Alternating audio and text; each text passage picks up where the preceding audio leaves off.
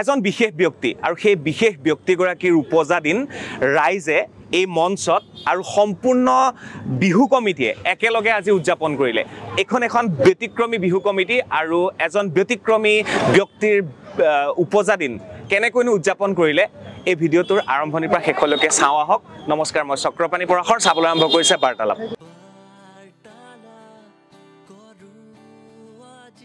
এজন ব্যক্তিক ফুল গামোচা আৰু উপহাৰেৰে উপচাই পেলোৱা হৈছে ৰাজহুৱাভাৱে উদযাপন কৰা হৈছে এই বিশেষ ব্যক্তিগৰাকীৰ উপজা দিন এই বিশেষ ব্যক্তিগৰাকীৰ নাম হৈছে ফুলেন্দ্ৰনাথ চহৰীয়া তেখেতৰ ব্যক্তিত্বই সকলোকে অনুপ্ৰাণিত কৰে সদৌ মঙলদৈ ৰঙালী বিহু সন্মিলনৰ প্ৰথমগৰাকী সম্পাদকৰ দায়িত্ব গ্ৰহণ কৰিছিল ফুলেন্দ্ৰনাথ চহৰীয়াই ফুলেন্দ্ৰনাথ চহৰীয়া ডাঙৰীয়াৰ বয়স হৈছে 91 বছৰ আৰু সদৌ মঙলদৈ ৰঙালী বিহু সন্মিলনৰ বয়স হৈছে 71 বছৰ আজিৰ পৰা 71 বছৰ আগতে কেনেকৈ উদযাপন কৰা হৈছিল বিহু কি সমস্যাৰ সন্মুখীন হৈছিল এখন বিহু আয়োজন কৰিবৰ বাবে এইখন বিহুৰ প্ৰথম সম্পাদক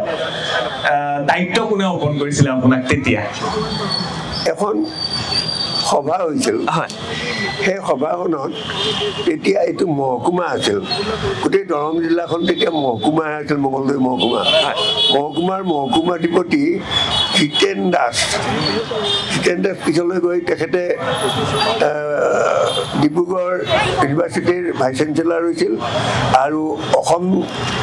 ছেক্ৰেটেৰিয়েটৰ তেখেতে চিফ ছেক্ৰেটেৰী হৈছিলে সেই জিতেন দাস ডাঙৰীয়া তেতিয়া SDO আছিলে সেই সভালৈ তেখেতো আহিছিলে আৰু সেই সভাতেই মোক মোৰ ছাৰ সংস্কৃত বিষয় পঢ়োৱা ধৰ্মনাথ শৰ্মা ছাৰক সভাপতি আৰু ছাত্ৰ মই ক্লাছ 10ৰ ছাত্ৰ 10লৈ উঠিছোঁ মাত্ৰ তেতিয়া এই ক্লাছ 10ৰ ছাত্ৰ মোক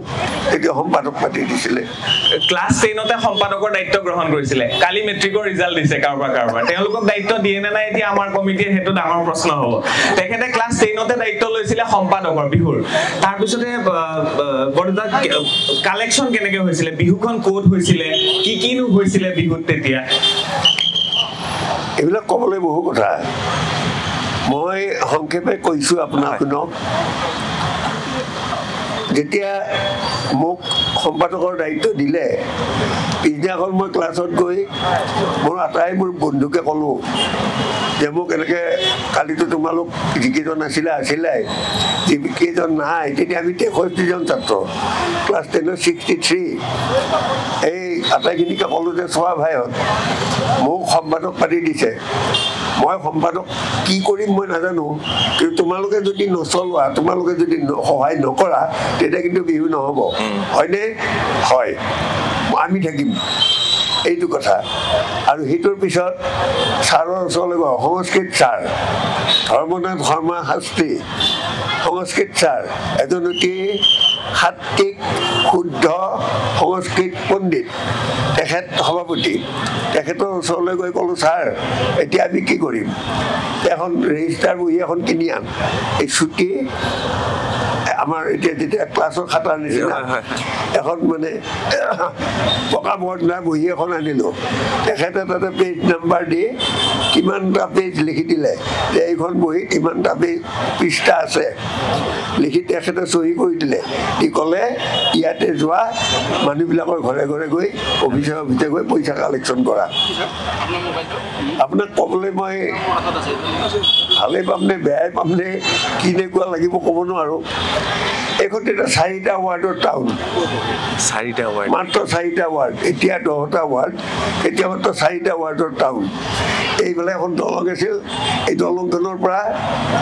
নৰ্থ টাউন ৰোডেৰে বেগামুখলৈ আৰু ইফালে চাপৰিৰ পৰা ইফালে কাদিৰ বক্সৰ ঘৰলৈকে এখন সৰু টাউন আৰু গোটেই টাউনখনৰ ভিতৰত ওচৰ চুবুৰীয়াকো ধৰি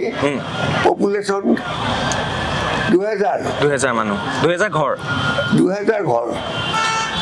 ঘৰত কিমান 2টা 3টা 4টাকে সেইখিনি মানুহ আৰু এনেকুৱা এটা অৱস্থা নাছিল মানুহবিলাকৰ যে তেওঁ 5 টকা চান্দা দিয়ে 1 টকা চান্দা 1 টকা 2 টকা 1 টকা 2 টকা বৰদা মেধি বুলি এজন ইঞ্জিনিয়াৰ আছিলে ইয়াতে END নতুনকৈ খুলিছে তেখেতে অফিচলৈ গ'লোঁ যোৱাত বহীখন চাই হাঁহিলে ক'লে তোমালোকে এনেকৈ বিহু কৰিবা নেকি বোলে ছাৰ আমি কি কৰিম যাৰ ওচৰলৈ গৈছোঁ 1 টকা দিয়ে 2 টকা দিয়ে কোনোবা 8 দিবহে খোজে গতিকে সেই তাত বাহিৰেতো উপায় নাই মই 10 টকা দিলোঁ লোৱা দিছিলে এই 10 টকাটো ল'লোঁ লৈ আহি ছাৰক সদায় ছাৰক যিখিনি পইচা জমা হয় খুচুৰাই মুচুৰাই গোটেইখিনি দি ছাৰক দিওঁ ছাৰ আকৌ এনেকুৱা মানে পাৰ্টিকুলাৰ মানুহ কাগজৰ সৰু সৰু টোপলা বান্ধে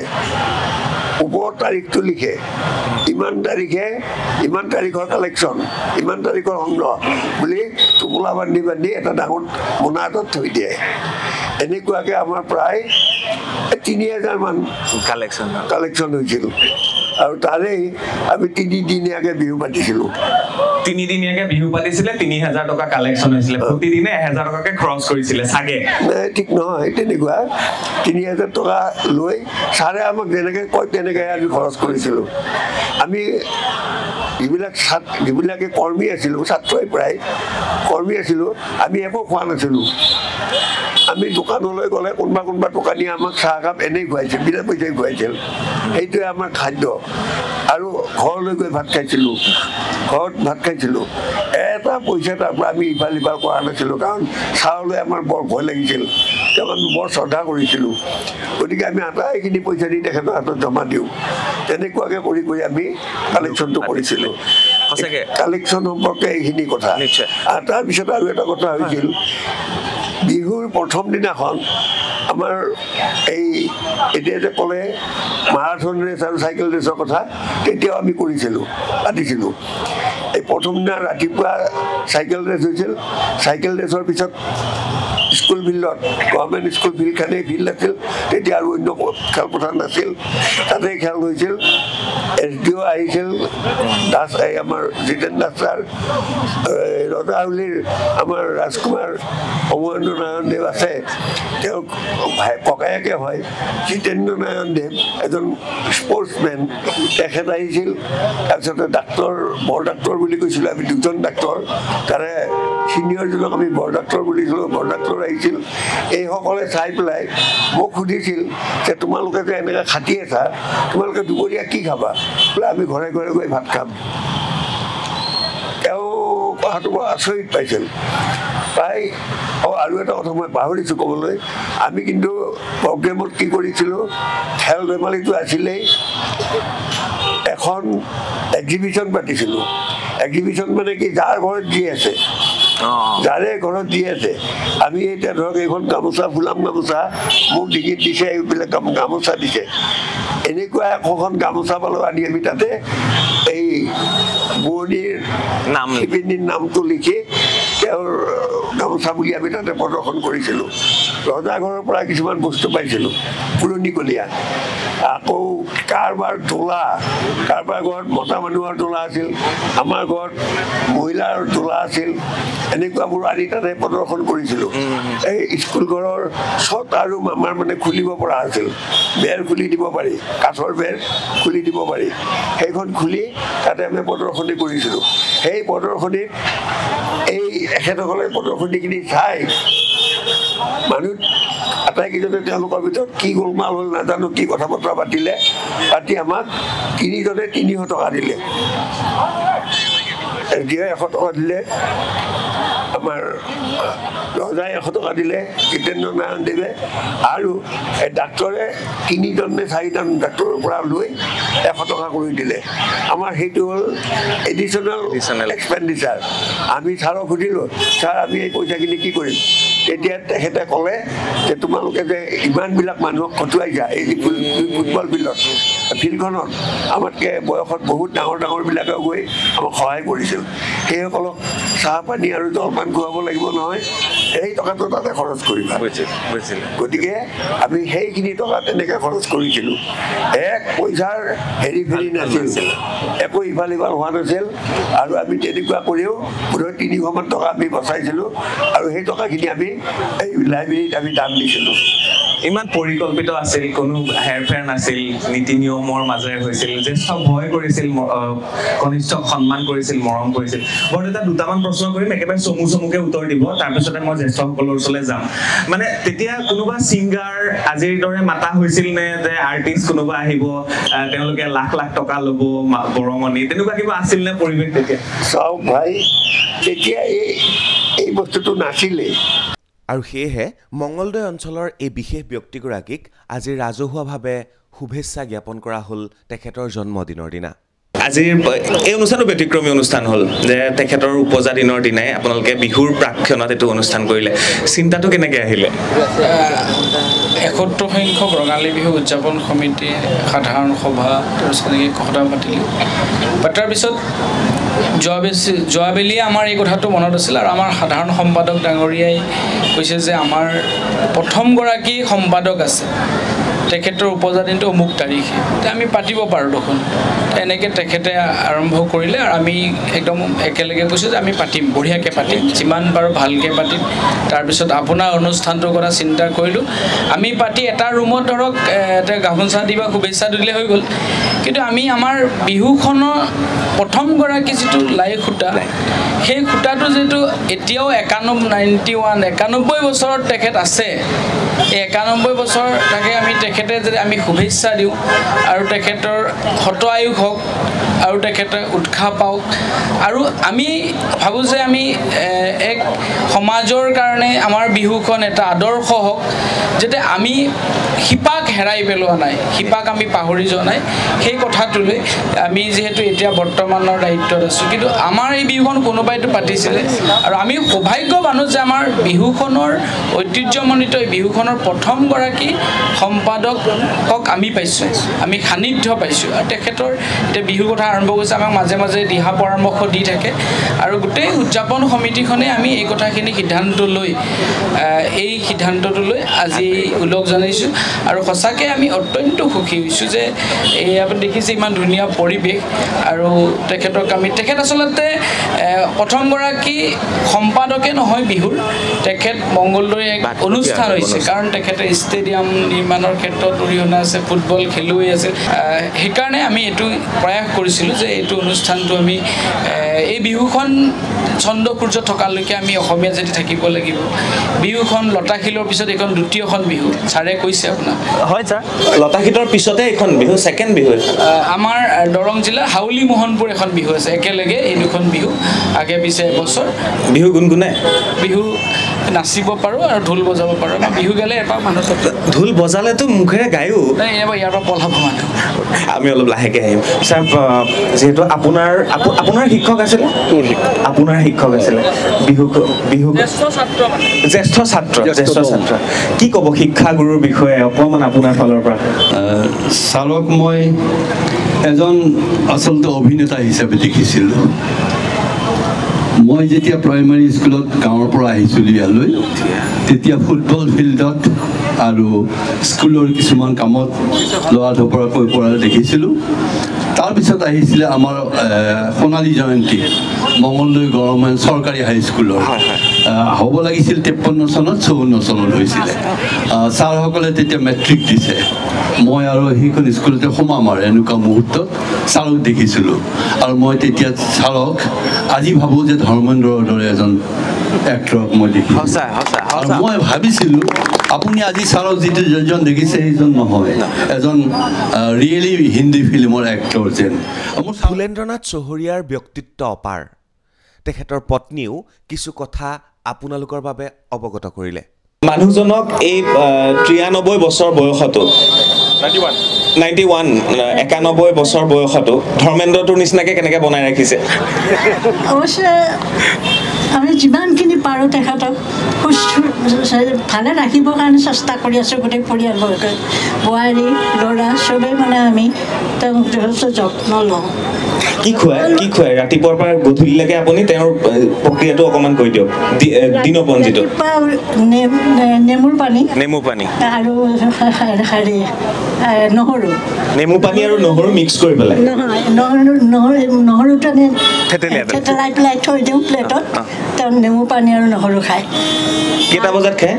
ৰাতিপুৱা শুই উঠিয়ে চাহৰ আগত চবেই খাব দেই তাৰপিছত খাই মুখ চুখ ধুই উঠি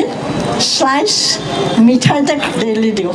তাকে দিওঁ মিঠাই খাই তেওঁৰ চুগাৰ অকণো প্ৰয়োজন হেৰি নাই গতিকে মিঠাই আৰু শ্লাইচ লাল চাহ আৰু দুপৰীয়া ভাত গধূলি হেৰি কমপ্লেক্স বা কেতিয়াবা ৰুটি গধূলি ভাত নাখায় ৰাতি খায় ভাত দুবাৰ খায় ৰাতি আপোনাৰ হেৰিত খায় 9:30 বজাত খাই দিয়ে সোনকালে শুই দিয়ে আৰু 10টাত শুৱে ছাৰ গম পালো আপোনাৰ ৰহস্যবোৰ মই চবকে গম পাই দিছো চবেই সেইটো কৰিব এতিয়া ছাৰৰ দৰে একদম 100 yearsলৈকে আৰু টেনশ্যন নাই বেমাৰ আজাৰ একো নহ'ব হয়নে ধন্যবাদ বহক আপুনি বন্ধু চাগে দুইজন নে ছাৰ আপোনাক পঢ়োৱা নাই মোক পঢ়োৱা নাছিলে মই ঠিক স্কুলত যেতিয়া সোমাইছোঁ তেতিয়া দাদা ওলাইছে অকণমান মানে তেওঁ পঢ়া শুনা কৰি মই লগ নাপালোঁৱেই তাৰপিছত লগ নাপালোঁৱেই তাৰপিছত মই নগাঁৱত চাকৰি বাকৰি কৰি যেতিয়া মঙলদৈ কলেজলৈ ঘূৰি আহিলোঁ মই মঙলদৈত বৰ অকলশৰীয়া বাটে অকলে গান গাই ঘূৰি ফুৰোঁ আপুনি JP দাসৰ গানটো মহানগৰীত মই অকলশৰীয়া লগত সুহুৰিটো আছিলে কোনো নাই কোনো চিনি নাপাওঁ সুহুৰিটো আছিলে নাই লগত সুহুৰি নাই গান পুৰা গান গাই থাকোঁ আৰু তাৰপিছত এদিন ফুলেন্দা মোক মাতি পঠিয়াই ক'লে যে আবুল মোৰ নাম আবুল মালিমন আবুল আমি মইনা পাৰিজাত খুলিছোঁ তুমি আহিবা ল'ৰা ছোৱালীবিলাকক গান শিকাবা মই তেতিয়া মানে নগাঁৱৰ পৰা আহি মই মৰুভূমিত থকা যেন লাগিছিলে দাদাই যেতিয়া মোক দুৱাৰ এখন খুলি দিলে আটাইতকৈ সুবিধা মোৰ গানৰ মই তেতিয়া সেই মইনা পাৰিজাত মিলিজুলি মইনা পাৰিজাত তাতে মই গান শিকা কৰিলোঁ আপুনি কওকচোন তেখেতৰ বিষয়ে অকণমান মই শ্ৰদ্ধাৰ ছাৰক আন্তৰিক শুভেচ্ছা সেৱা মোৰ ভক্তি যাচিছোঁ আপুনি চকপানী এটা কথা কৈছে এই কথাটো কোনে নাজানে মই সেইদিনাখন দেখিলোঁ ছাৰৰ ঘৰত যিটোৰ কাৰণে নেকি ছাৰক ভগৱানে জীয়াই ৰাখিছে তাৰ লগতে চাগে তেখেতৰ সহধৰ্মিনী বাইদেউ ছাৰক জীয়াই ৰাখিছে মই যিটো দেখিলোঁ বিচিত্ৰ কাহিনী মই অসমৰ বিভিন্ন প্ৰান্তত মই চাকৰি কৰিছোঁ কিন্তু মই মঙলদৈ চহৰতে ছাৰৰ ঘৰত মই 8 বছৰ ভাড়া আছিলোঁ তেতিয়াও দেখা নাছিলোঁ মই লখিমপুৰৰ পৰাই কিন্তু মই সেইদিনাখন দেখিলোঁ শ্ৰদ্ধাৰ বাইদেৱে যেতিয়া ৰাতিপুৱা তেখেতে চাকি দি উঠি ৰুমৰ ভিতৰত যেতিয়া ধূপ লগাইছিলে তেতিয়া মই ছাৰৰ লগত অলপ কথা পাতি আছিলোঁ ছাৰৰ মানে পঢ়ি থকা ছাৰে অধ্যয়ন কৰি থকা ৰুমত তেতিয়া মই দেখিলোঁ যিহেতুকে মই 8 বছৰ ছাৰৰ ঘৰত আছিলোঁ মই পুৰণা মানুহ আচলতে মোৰ ঘৰ এনে চিপাজাৰ মই যিয়ে নহওক বাইদেৱে আহি ছাৰৰ ভৰি দুখন সেৱা কৰিছে আৰু ধূপ জাল দিছে দি ছাৰ বাইদেউ গুচি গৈছে তেতিয়া মই কিন্তু মূৰে কপালে হাত দিছোঁ মই পৃথিৱীত এনেকুৱা মই কথা দেখা নাই আছোঁ যিটো নেকি মই সঁচা সত্য স্বচ্ছ সেইকাৰণে মই কৈছোঁ গতিকে ভগৱানে ছাৰক 100 বছৰ জীয়াই ৰাখক আমাৰ আন্তৰিক সেৱা শুভেচ্ছা থাকিল তদুপৰি আৰু এটা কথা তেখেতৰ সহধৰ্মিনী বাইদেৱে ছাৰক কিন্তু 100 বছৰ জীয়াই ৰাখিব এইটো এটা কথা আৰু মই আধা ঘণ্টাৰ ভিতৰত এটি কবিতা মই ছাৰৰ কাৰণে লিখি আনিছিলোঁ হে মহানুভৱ আপোনাৰ কৰ্মজীৱনৰ গতিধাৰা আৰু কৰ্মদক্ষতা নীৰৱে জনে আজি আপোনাৰ সততা আৰু সাহস বিচিত্ৰময় শান্তিৰ প্ৰতীক গঠন নহ'ব জানো প্ৰগতিশীল সমাজ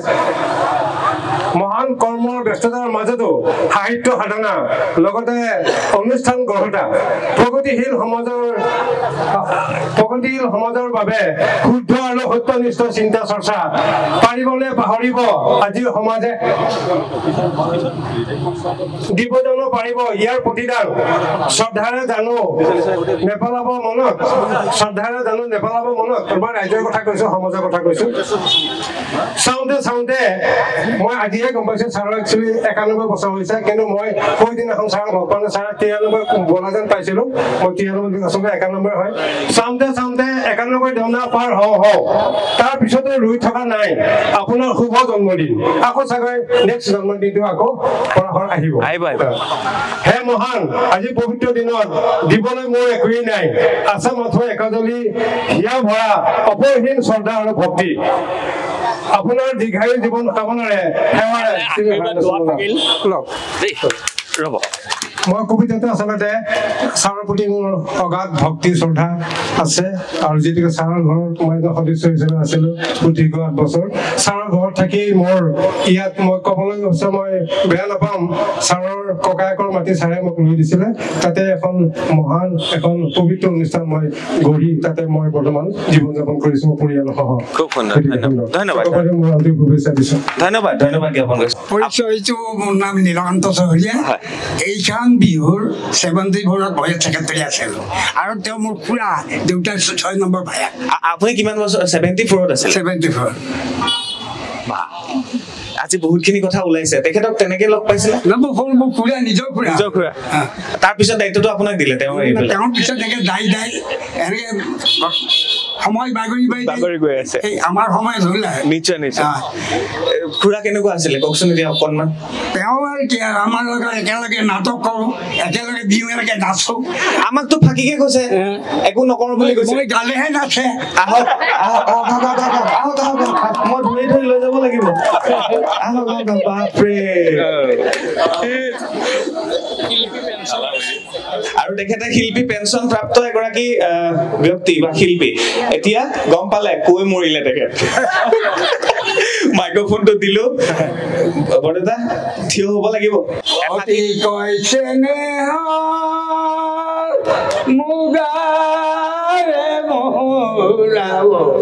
তাতো কৈছে নে মাকো তাতো কৈছে নে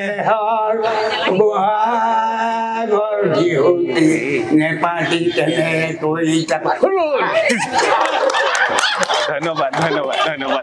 বৰ ৰসিক মানুহ আপোনালোক সঁচাকে আপোনালোকে সেই সময়তে ৰস ঢালি দিছিল সমাজলৈ আৰু সেই তেতিয়াই ৰস ঢালি দিয়া সমাজখনে আজিও হাঁহি আছে কিন্তু ছাৰক মই গভৰ্ণমেণ্ট হায়াৰ ছেকেণ্ডেৰীত পাইছিলোঁ 61ৰ পৰা মই 72ত হায়াৰ ছেকেণ্ডেৰীত দিছিলোঁ আৰু ছাৰে তেতিয়া আমাক অসমীয়া পঢ়াইছিল হায়াৰ ক্লাছলৈ ছাৰে অসমীয়া পঢ়ায় কিন্তু যিটো পাঠ পঢ়ায় আৰু ঘৰত গৈ পঢ়িব নালাগে মুখস্থও কৰিব নালাগে ছাৰে এনেকৈ বুজাই দিয়ে আমাৰ এতিয়াও মনত আছে কিছু কথা ইচ্ছা সকলোৰে ক'বলৈ ছাৰৰ বিষয়ে আপোনাৰ পৰা জানিব বিচাৰিছোঁ এতিয়া আপুনি কালচাৰেল ছেক্ৰেটাৰীৰ দায়িত্বত আছে মই এইবাৰ সাংস্কৃতিক বিভাগৰ সভাপতিৰ দায়িত্বত আছোঁ বাৰু যি কি নহওক মই ক'বলৈ ভাল পাম মোৰ দেউতা বা খুৰাৰহে শিক্ষাগুৰু আছিল তেখেত মোৰ দেউতাও 80 পাৰ হৈছে এতিয়া গতিকে কিন্তু মই ক'ব খুজিছোঁ মঙলদৈত যেতিয়া তেখেত বিদ্যালয়সমূহৰ পৰিদৰ্শক হৈ আহিলে আমি হাফ পেণ্ট পিন্ধা বোধহয় মৌচুমী বাইদেউ আমি 7-8 তেনেকুৱা তেতিয়া মই গান গাওঁ মই অকণি মেল বা এইবিলাকত ৰেডিঅ'ত গান চান গাবলৈ আৰম্ভ কৰিছোঁ বৰদেউতাৰ ছোৱালীজনীয়ে নাচে সৰুজনীয়ে শান্তা বহি আছে আৰু বহাগ অহাৰ ঠিক আগৰ পৰাই মইনা পাৰিজাতৰ ঘৰটোত ইমান সুবিধাজনক নহয় মানে খোৱা বোৱাৰ সুবিধাটো সুবিধাজনক নহয় তেওঁৰ ঘৰৰ চোতালত ৰিহাৰ্চেল কৰিলে আমাৰ মানে খোৱা বোৱাটো চলি থাকে গতিকে মৌচুমী বাইদেৱে মোক মাতি আনে মোৰ ওচৰতে ঘৰ আমি গাওঁ এই ধৰণে মইনা পাৰিজাতত বিভিন্ন প্ৰতিযোগিতাবিলাকত আমি অৱতীৰ্ণ হওঁ আটাইতকৈ ভাল সুবিধাটো আমি লৈছিলোঁ তেখেত যেতিয়া দৰঙৰ বিদ্যালয়সমূহৰ পৰিদৰ্শক আছিল তেখেতৰ এখন সেউজীয়া ৰঙৰ জীপ গাড়ী আছিলে চৰকাৰীভাৱে পোৱা সেই জীপ গাড়ীখনত তেখেত বিদ্যালয় পৰিদৰ্শন কৰিবলৈ যায় বিভিন্ন প্ৰান্তলৈ যাওঁতে আমাৰ মইনা পাৰিজাতৰ দলটোক তেখেতে গাড়ীখনৰ পিছফালে তাৰমানে দীঘলীয়া সন্মুখত এগৰাকীয়ে বহিব পাৰে ড্ৰাইভাৰ আৰু তেখেত বহে আৰু পিছফালখন খালি আমাক গোটেই বহুৱাই পেলাই লৈ যায় বিভিন্ন ঠাইত যেতিয়া সমবেত সংগীতৰ প্ৰতিযোগিতা বা যিকোনো গানৰ প্ৰতিযোগিতাত তেখেতে বিদ্যালয় পৰিদৰ্শন কৰিব যাওঁতে আমাক নমাই থৈ যায় যাওঁতে কৈ যায় পুৰস্কাৰ পালি যাওঁতে লৈ যাম নাপালি নিনিও সেইটো মুখত এনেই কয় কিন্তু আমি সেই ধৰণে সেইখিনি সময়ত মঙলদৈৰ পৰা ইফালে ধৰক দলগাঁও ইফালে চিপাজাৰ বা তাৰ আগলৈকে যিখিনি তেওঁৰ এলেকা আছিলে দৰঙৰ সীমামূৰীয়া আমাক বহুত অনুষ্ঠানত তেখেতে লৈ গৈছিলে প্ৰতিযোগিতাত অৱতীৰ্ণ হ'বলৈ আৰু আমি বোধহয় সেই প্ৰতিযোগিতাবিলাকত অৱতীৰ্ণ হৈ বঁটা বুটলি আজি 20 বছৰ হ'ল আকাশবাণীত কথা কোৱা বা গান গোৱাৰ এটা এই আমাৰ যিটো উত্তৰণৰ যাত্ৰা বুলি কৈছোঁ সৰু ঠাইখনত এই উত্তৰণৰ যাত্ৰাটোত তেখেতৰ প্ৰভূত অৰিহণা আছিল এগৰাকী সাংস্কৃতিক কৰ্মী হিচাপে কৈছোঁ মই তেতিয়া কাৰণ আমাক তেখেতে নিজৰ কৰ্মসূচীৰ মাজত সোমাই লৈ আমাক এইদৰে তেওঁৰ ছোৱালীৰ লগত থাকে বা আমি আটাইবোৰকে বিভিন্ন সাংস্কৃতিক অনুষ্ঠানত প্ৰতিযোগিতা কৰিবলৈ আমাক লৈছিল গতিকে আমি সৌভাগ্য সৌভাগ্যৱান উপজা দিনত তেখেতৰ আমি সুস্বাস্থ্য আৰু দীৰ্ঘ জীৱন কামনা কৰিছোঁ 100টা বসন্ত গৰকক ধন্যবাদ ধন্যবাদ আৰু মই প্ৰথমবাৰ বাৰ্থডে এনেকে সেলিব্ৰেশন কৰা দেখিলো আৰু এই অনুষ্ঠানটো মই সমগ্ৰ অসমবাসীক বিশ্ববাসীক দেখাবলৈ বিচাৰিছো য'ত আমাৰ অসমীয়া সমাজ আছে কাৰণ মোৰ যিমান বিলাক ফলোৱাৰ্স আছে বিদেশত হওক অসমত হওক ভাৰতবৰ্ষৰ বেলেগ বেলেগ জেগাত হওক এজন শিক্ষকৰ বাৰ্থডে সেলিব্ৰেশন এনেকেও হ'ব পাৰে নিজৰ সমাজখনে তেখেতক শুভেচ্ছা দিব পাৰে নিজৰ ছাত্ৰ ছাত্ৰীয়ে নিজৰ অঞ্চলটোৰ নতুন প্ৰজন্মই এজন শিক্ষকক এনেকেও নিজৰ বাৰ্থডেৰ দিনা শুভেচ্ছা দিব পাৰে এই অনুষ্ঠানটো সেইকাৰণে মই আজি আগবঢ়াব বিচাৰিছো আপোনালোকৰ মাজলৈ মোৰ আজি সৌভাগ্য আজি মোৰ ঘৰৰ সন্মুখত মোৰ ঘৰটো এইটোৱেই আৰু ছাৰ মোৰ ঘৰৰ সন্মুখত আজি তেখেতৰ উপজা দিনৰ অনুষ্ঠানটো অনুষ্ঠিত হৈছে আৰু ছাৰৰ মই ছাত্ৰ আছিলোঁ 1968 চনত ক্লাছ 8ত মোক অসমীয়া পঢ়াইছিলে আৰু তাৰপিছত ছাৰ দুবছৰমান থাকি ইন্সপেক্টৰ অফ স্কুল হৈ গুচি গ'ল আৰু আমিও ওলালোঁ স্কুলৰ পৰা কিন্তু তেখেতৰ লগত মোৰ সম্পৰ্ক যিটো সেইটো মোৰ দেউতাৰ সৰু ভায়েকৰ নিচিনা আৰু মোৰ সৰু খুৰাৰ লগতো তেখেতে একেলগে পঢ়া বুলি মই শুনিছোঁ ছাৰৰ মুখেৰে শুনিছোঁ আৰু সেই কাৰণেই নেকি ছাৰে য'তেই লগ পায় নিজৰ ল'ৰাৰ নিচিনাকৈ মৰম কৰি ঘৰৰ কথা সোধে মোৰ কথা সোধে কি কৰি আছ সোধে আৰু সেই মৰম জীৱনত পাহৰিব নোৱাৰা এটা তেখেতৰ মোৰ লগত এটা সম্পৰ্কৰ স্মৰণ হৈ থাকিব উপজা দিনৰ শুভেচ্ছা যাচিলোঁ আৰু 100 বছৰ তেখেত জীয়াই থাকক আমাক তেখেতৰ অভিজ্ঞতাৰে আমাক পৰিচালনা কৰিবলৈ ভগৱানে সুমতি দিয়ক ধন্যবাদ কি পৰিকল্পনা কেনেকৈ ভাবিলে যে তেখেতৰ বাৰ্থডে উপজা দিনটো এনেকৈ পাতিব হয় প্ৰথমতে মই চক্ৰপাণী বৰকৰ আপোনাক আগন্তুক ৰঙালী বিহুৰ শুভেচ্ছা জ্ঞাপন কৰিছোঁ আৰু আচলতে আমাৰ সদৌমঙ্গললৈ ৰঙালী বিহু ঐতিহ্যমণ্ডিত সদৌমঙ্গললৈ ৰঙালী বিহু সন্মিলনীৰ প্ৰথমগৰাকী সম্পাদক যিগৰাকী আজি আমাৰ মাজত আছে এটা স্তম্ভৰ নিচিনাকৈ আৰু সদৌমঙ্গললৈ ৰঙালী বিহুক লৈ তেওঁলোকে যিবোৰ সপোন দেখিছিল সেই সপোনবোৰ আমি সাৰ্থকতা দিবৰ কাৰণে প্ৰত্যেকটো প্ৰজন্মই চেষ্টা কৰিছে তাৰ ভিতৰত ময়ো আজি 6টা বছৰে এই সদৌমঙ্গললৈ ৰঙালী বিহু সন্মিলনীৰ সম্পাদকৰ পদত আছোঁ মই চেষ্টা কৰিছোঁ প্ৰত্যেক বছৰে মই ছাৰৰ ওচৰলৈ যাওঁ গৈ পেলাই ছাৰক সোধোঁ যে ছাৰ এইবাৰ কেনেকুৱা ধৰণে আপোনালোক কৰিম আমি এনেকুৱা কৰিম বুলি ভাবিছোঁ এনেকুৱাকৈ কৰিলে ভাল হ'ব নেকি এনেকুৱা ধৰণে তেওঁক বিভিন্ন মই তেওঁৰ লগত 1.5-2 ঘণ্টা পৰ্যন্ত তেওঁৰ লগত মই বহোঁ ভাবিলোঁ যে এনেকুৱা অনুষ্ঠান এটা আমি আমাৰ আহি থকা প্ৰজন্মক কিয় চিনাকি কৰি নিদিওঁ যে তেওঁলোকে জানক যে এই তেওঁলোকে কিমান কষ্ট কৰি এই বিহুখন আজিৰ পৰ্যায়লৈ আনিছিল যে আজি আমি যিখন বিহুৰ লগত জড়িত হৈ আছোঁ সেই বিহুখনক তেওঁলোকে কিমান ত্যাগ স্বীকাৰ কৰিছিল গতিকে তেওঁ মঙ্গলদৈৰ কাৰণে এটা অনুষ্ঠান মঙ্গলদৈবাসীৰ কাৰণে এটা অনুষ্ঠান তেওঁ আমাৰ কাৰণে শক্তি গতিকে তেওঁৰ আমি আজি মঙ্গলদৈবাসী ৰাইজক তেওঁৰ লগত আমি পুনৰবাৰ আমি একেলগে কথা পতাৰ এটা সুযোগ কৰি দিছোঁ তাৰ কাৰণে চক্ৰপাণী বৰাকৰকো বহুত ধন্যবাদ আৰু মঙ্গলদৈবাসী ৰাইজকো আমি আমাৰ শ্ৰদ্ধা ভৰা ধন্যবাদ জ্ঞাপন কৰিছোঁ আপোনালোকে অভূতপূৰ্ব সঁহাৰি সঁচাকৈ ভাল লাগিছে সেৱা জনাইছোঁ ধন্যবাদ পুত্ৰ বোৱাৰী জী জোঁৱাই আৰু নাতি নাতিনী সকলো উপস্থিত থাকিল এই বিশেষ অনুষ্ঠানত দেউতাৰ বিষয়ে ক'বলৈ বৰ দিগদাৰ সন্মুখত দেউতা থাকিলে সেইদিনা মোৰ দেউতাৰ কিবা কিতাপ এখন উন্মোচন হ'ল মই গ'লো হুকহুকাই কান্দি দিলোঁ নোৱাৰিলোঁ এতিয়া আপুনি কি কয় মই নাজানো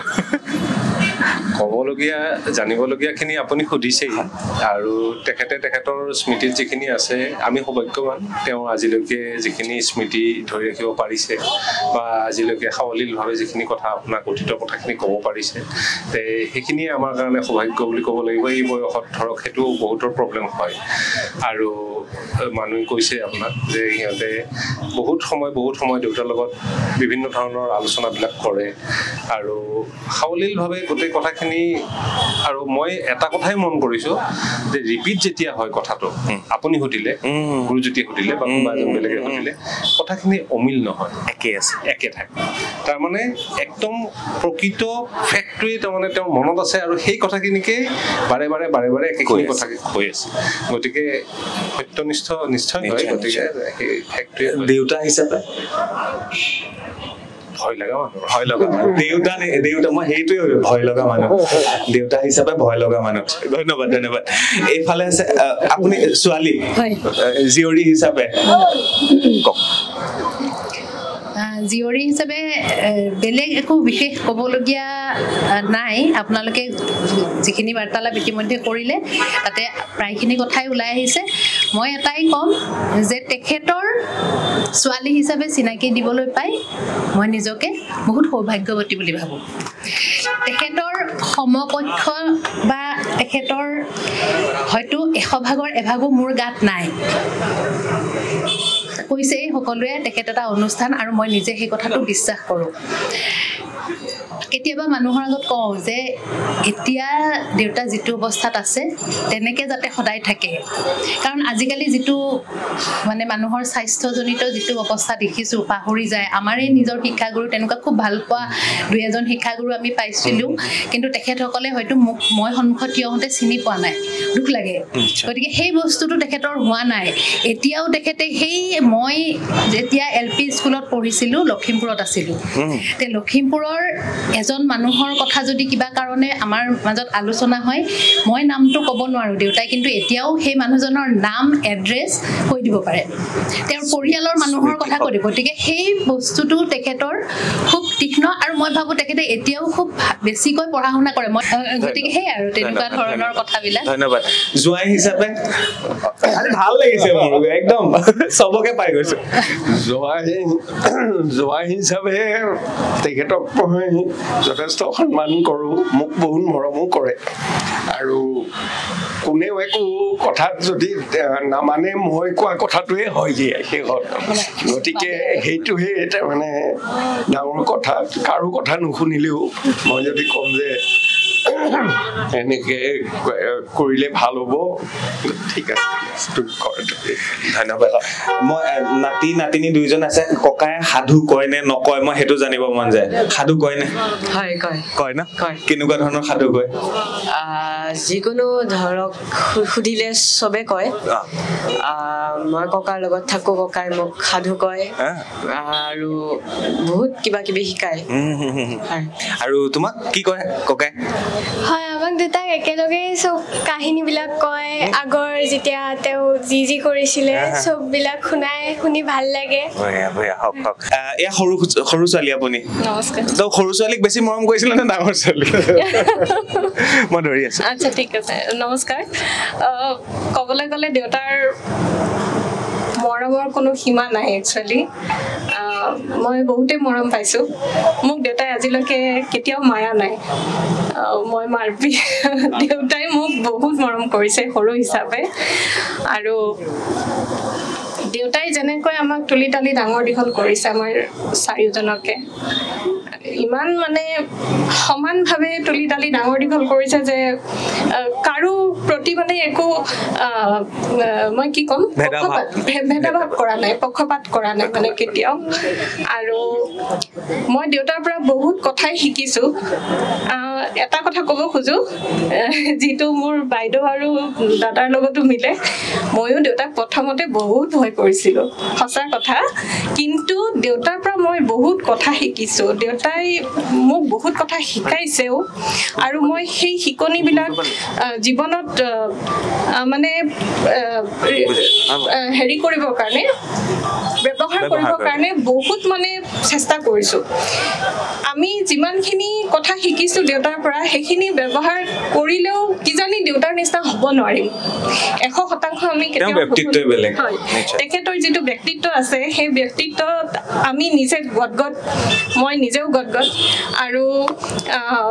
বহুতখিনি ক্ষেত্ৰত মই আজি এটা কথাত মই দেউতাক ধন্যবাদ দিব বিচাৰোঁ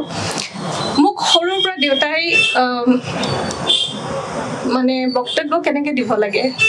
ভাষণ কেনেকৈ দিব লাগে এই কথাটো মোক দেউতাই শিকাইছে প্ৰথমতেতো মই সদৌ মংগলদৈৰ সমূহ কৰ্মকৰ্তাৰ ওচৰত মোৰ আদৰি ধন্যবাদ যাচিছোঁ তেওঁলোকে আজি ইমান ভাল এটা উপহাৰ দিলে যে মই বহুত আৱেগিক হৈ গৈছোঁ আচলতে একো নাই আমাৰ মনত থাকিব এইখিনি ভাল লাগিছে আপোনালোক সকলোকে লগ পাই পেলাই হ'ব ধন্যবাদ মিন্টা তেওঁৰ সান্নিধ্য মই সেইটোৱে সুধিছোঁ আচলতে ক'ব গ'লে আজি আমি খুব ভাগ্যৱান বুলি ক'ব লাগে মঙলদৈ ৰাইজ আজি বহুত ভাগ্যৱান ছাৰৰ উপজাৰ দিনটো যে আমি পালন কৰিব পাৰিছোঁ সদৌ মঙলদৈ বিহু ৭১ বছৰ হ'ল ছাৰ প্ৰথম সম্পাদক আৰু আমি তেওঁৰ উপজাৰ দিনটো আজি আমি এই অনুষ্ঠানটো ইমান বহল ভিত্তিত আপুনি দেখিছে ভিতৰতো জেগা নাই বাহিৰতো ৰখি আছে মানে ছাৰক কিমান ভাল পায় আমি এটাই প্ৰাৰ্থনা ভগৱানৰ ওচৰত ছাৰ এনেকৈ সদায় আমাৰ মাজত থাকক ছাৰ কিন্তু খুব ফূৰ্তিত থাকে হাই ফূৰ্তিকে থাকে যেতিয়া আমি ছাৰৰ লগত যাওঁ ছাৰ আমাৰ বয়সৰ হৈ যায় তাৰমানে তো সেইটো ছাৰৰ আমাৰ খুব ভাল লাগে ছাৰৰ এইখিনি গুণ তো ছাৰক মই নমস্কাৰ প্ৰণাম জনাইছোঁ ছাৰে যাতে এনেকৈ আৰু ১০০টা বছৰ পাৰ কৰে আমাৰ কিন্তু মই আপোনালোককো দেখিছোঁ আপোনাৰ পিতৃ আৰু আপোনাৰ মাতৃক আপুনি যিমান সন্মান কৰে যিমান ভক্তি কৰে যিমান মানে কি ক'ম আপোনাৰ উদাহৰণ নাই দিব আপোনাক উদাহৰণ হিচাপে লওঁ আমি আচলতে এটা কথা মা দেউতাক যদি যোনে ভক্তি কৰে নহয় এতিয়া আমি আমাৰ যোনটো দেউতামাৰ ৰুম আপোনালোকে মই নিজে গৈছোঁ চাইছোঁ আচলতে মন্দিৰতকৈ আগতে আমি তাতে ধূপ ধূনা জ্বলাওঁ আমি ৰাতিপুৱা ৫টাত ওলালেও ধূপ ধূনা তাতে আগতে জ্বলাম মা দেউতাক প্ৰণাম কৰিহে বাহিৰত ওলাই আহিল কেতিয়াবা যদি বিপদত পৰোঁ কিবা কাম যদি আগ নাপাৰে প্ৰথমতে মা দেউতাক স্মৰণ কৰোঁ আৰু দেখোঁ সেইবিলাক প্ৰব্লেম ছল্ভ হয় ২ দিনত আমাৰ এটা ডাঙৰ প্ৰব্লেমো ছল্ভ হৈছে ফাইনেন্সিয়েল সঁচা কথা ক'ব গ'লে খুলি মই ক'ব নোৱাৰোঁ কিন্তু মা দেউতা আমি যেন মা দেউতাৰ বিচনা দুখন আমি এনেকৈ ৰাখিছোঁ কাপোৰ কেইযোৰ চেণ্ডেলযোৰ গাৰুটো বিচনা চাদৰ ইমান ধুনীয়া আইতা তামোল খুন্দনিটো আমি ৰাখি থৈছোঁ আটাইখিনি বস্তু এনেকৈ আমি ৰাখি থৈছোঁ প্ৰিজাৰ্ভ কৰি ধন্যবাদ মিন্টা আৰু এয়া হৈছে আমাৰ মঙলদৈ কেন্দ্ৰীয় বিহুৰ মূল কাৰ্যালয় অস্থায়ী কাৰ্যালয়ত থকা নতুন প্ৰজন্মইনো কি কয় ছাৰৰ বিষয়ে একদম চমুচমকে ছাৰৰ বিষয়ে এটা আছে ন কি চয়নিকা ছাৰৰ বিষয়ে এইটোৱে ক'ম যে আমি নতুনকৈ উঠি অহা প্ৰজন্মই তেখেতৰ এনেকৈ জন্মদিন পাতিব পাই কেনে খুবেই আনন্দিত হৈছোঁ আৰু আগলৈও কিবা এটা শিকিলোঁ এনেকৈ যে জন্মদিন পাতিব পাৰি আচলতে আৰু ছাৰ এজন সঁচাকৈ ভাল মানুহ আগৰ পৰাই শুনি আহিছোঁ ধন্যবাদ এটা চেণ্টেন্সত কৈ দিলে ভাল লাগিব আদৰ্শ যিহেতু সকলোৰে ধৰি আছোঁ তেখেতৰ বিষয়ে ক'বলৈ গ'লে আমি যেতিয়া ঘৰত আমি শুনো আমাৰ মা দেউতাৰ পৰা তেওঁলোকে যেতিয়া বিদ্যালয়ত শিক্ষা গ্ৰহণ কৰিছিল সেই দিনসমূহৰ যি অভিজ্ঞতাবিলাক তেওঁলোকে কয় তাৰ পৰাই আমি গম পাওঁ যে তেখেত এগৰাকী সমাজৰ বাবে মানে তেওঁৰ যিটো বিশেষত্ব সমাজত তেওঁৰ যিটো উপস্থিতি আমাক যিটো মানে উৎসাহিত কৰে সেইখিনি বস্তু আমাৰ মা দেউতাসকলেও পাইছিল সেইখিনি বস্তু এতিয়া তেওঁৰ পৰা আমাৰ সন্তানলৈকে থেংক ইউ কিবা ক'বা হয় আমি আজি নথৈ আনন্দিত ছাৰৰ এনেকৈ বাৰ্থডে পাতিব পাই আমি নৱপ্ৰজন্মই এটাই বস্তু শিকিবলগীয়া আছে বিশেষকৈ স্বাস্থ্যৰ ক্ষেত্ৰত ক'লে না ছাৰ কিন্তু সুস্বাস্থ্যৱান ব্যক্তি একদম সকলোৱে কিন্তু ছাৰৰ স্বাস্থ্যৰ বাবে এটা হাত চাপৰি দিব লাগে আৰু সকলো মানুহে এনেকৈ সুস্বাস্থ্যৱান হ'ব লাগে ছাৰৰ পৰা শিকিবলগীয়া সেইটোৱেই মই ক'লোঁ একদম বঢ়িয়া ভাল কথা দাদাই কৈছিলে দুটা কথা ক'ব ছাৰৰ কথা কৈ থাকিলে শেষ নহয় ছাৰ অকল বিহুতেই প্ৰথম নহয় ছাৰ আচলতে সাহিত্য সভা যে আমাৰ ইয়াত ৭৪ চনত হৈছিলে ৭৩ চনত সাহিত্য সভা অধিৱেশন পাতিবৰ কাৰণেই ইয়াত দৰং জিলা সাহিত্য সভা গঠন কৰা হৈছিল তেতিয়া মঙলদৈ জিলা সাহিত্য পৰিষদ বুলি ছাৰ আছিল প্ৰথম সম্পাদক ছাৰ প্ৰতিষ্ঠাপক সম্পাদক দৰং জিলা সাহিত্য সভাৰ আৰু ইয়াত ৭৪ চনত যেতিয়া সাহিত্য সভা অধিৱেশন পাতিবৰ কাৰণে ইয়াত যোজা চলিছিলে প্ৰস্তুতি হৈ উঠা নাছিলে তেতিয়া ৰাজনৈতিক নেতা আছিলে ৰমেশ চৌৰীয়া তেওঁ মন্ত্ৰী তেওঁ সাধাৰণ সম্পাদক ছাৰ আছিল যুটীয়া সম্পাদক বাহাদুৰ বসুমতাৰী আছিলে সভাপতি প্ৰস্তুতি হৈ উঠা নাই ৰাজনৈতিক নেতাবিলাকে সময় দিব নোৱাৰে তেতিয়া ডক্টৰ নগেন শইকীয়া ছাৰ অসম সাহিত্য সভাৰ প্ৰধান সম্পাদক তেওঁ আহি পেলাই ইয়াতে কৈছে যে আপোনালোকে নোৱাৰে তেতিয়াহ'লে যোৰহাটলৈ লৈ যাম মানে এনেকৈ ছাৰে টঙালি বান্ধিলে কেতিয়াও আমি যোৰহাটলৈ নিবলৈ নিদিওঁ তেওঁ তৰ্ক যুদ্ধ কৰিলে তেওঁলোকে সেইখন সফল কৰি তুলিলে আৰু ছাৰ মানে নায়কত শিক্ষা সাহিত্য ক্ৰীড়া সমাজ সংগঠন নাটক সকলোতে ছাৰ আছে আৰু ছাৰ আছে কাৰণে মঙলদৈখন ইমান ধুনীয়া আৰু ছাৰলৈ আমি আচলতে সদায় নহয় সদায়লৈ আৰু 9 বছৰ আছে ছাৰে শংকৰদেৱৰ বয়সটো পাওক শংকৰদেৱৰ আয়ুসটো পাওক তেখেতে 120 বছৰ পাৰ কৰক ধন্যবাদ ভাল লাগিল ধন্যবাদ সকলোকে ধন্যবাদ জ্ঞাপন কৰিলোঁ এফালে হেঁপাহৰ ৰঙালী বিহু আৰু আনফালে সদৌ মঙলদৈ ৰঙালী বিহু সন্মিলনৰ ৭১ বছৰ প্ৰথমগৰাকী সম্পাদক ফুলেন্দ্ৰনাথ চহৰীয়াৰ আজি উপজা দিন আৰু এই সকলোবিলাক অনুষ্ঠান একত্ৰিত কৰি ৰাইজে উদযাপন কৰিলে এনেধৰণে ফুলেন্দ্ৰনাথ চহৰীয়াই ৰাইজৰ বাবে কি কৰিলে সমাজৰ বাবে কি কৰিলে তাৰেই আজি আলোকপাত কৰা হ'ল এই বিশেষ ব্যক্তিগৰাকীৰ সুস্বাস্থ্য কামনা কৰি আমিও তাত বাৰ্তালাপ কৰিলোঁ ভগৱানৰ ওচৰত প্ৰাৰ্থনা কৰিলোঁ তেখেতৰ সুস্বাস্থ্যৰ